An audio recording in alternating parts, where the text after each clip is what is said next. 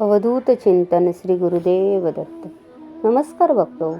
श्रीपाद श्री वल्लभ चरित्रामृताच्या 30व्या अध्यायात आपण एक अत्यंत अद्भुत आणि भविष्यसूचक प्रसंग अनुभवणार आहोत. श्रीपाद श्री वल्लभ महासंस्थान निर्माण होईल अशी दिव्य घोषणा स्वतः श्रीपाद प्रभूंनीच केली आहे. त्यांच्या प्रत्येक वचनामागे भक्तांच्या कल्याणाचा आणि धर्मसंस्थापनेचा गूढ संदेश दडलेला आहे. या अध्यायातून आपल्याला श्रीपाद प्रभूंची दूरदृष्टी, भक्तांवरील अपार कृपा आणि त्यांच्या दिव्य संकल्पनाचे महत्त्व समजते.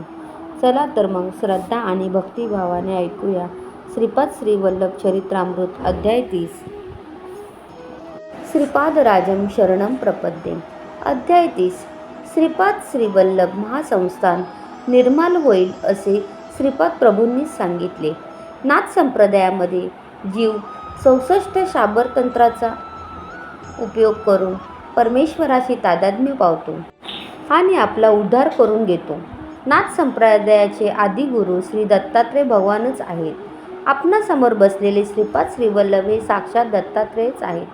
बुद्धिबळाच्या पटावर 64 घरे असतात. श्री महाविष्णू श्री महालक्ष्मी बरोबर वैकुंठ लोकात बुद्धिबळाचा डाव खेळतात. याचा गूढार्थ असा की 64 योनीमध्ये असलेल्या निरनिराळ्या जीवांच्या जीवनकलापाचे कर्मफळ आणि त्याचे परिणित क्रियांचे साक्षात दर्शन घेत त्यांच्या कर्मफळाच्या आधारावर त्यांच्यावर अनुग्रह करतात. दिव्य मानव होण्यासाठी आवश्यक योग्यता. मानवाच्या आध्यात्मिक अधिकारावर त्याच्या उन्नतीचा वेग आधारित असतो.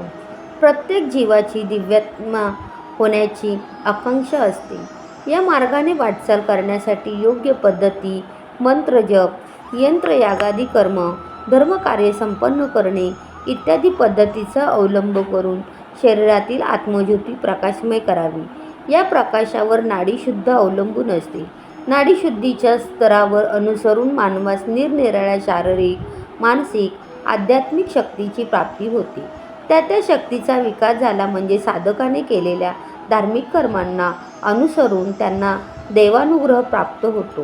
श्रीपाद प्रभू पुढे म्हणाले, शंकर भट्ट, भविष्यात माझे महासंस्थान श्री पीठिकापुरामधील माझ्या जन्मस्थानीच निर्माण होईल.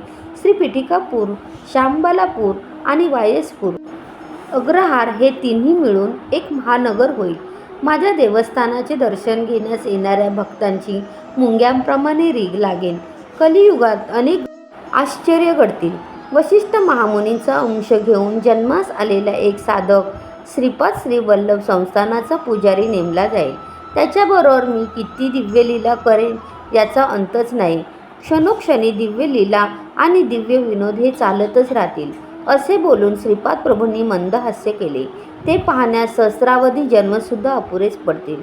श्रीपाद श्री वल्लभांचा जय जयकार असो. श्रीपाद राजम शरणम प्रपद्ये. अध्याय इथपर्यंत ऐकला त्याबद्दल तुमचे मनपूर्वक आभार. फलश्रुती. उज्ज्वल भविष्य होण्यास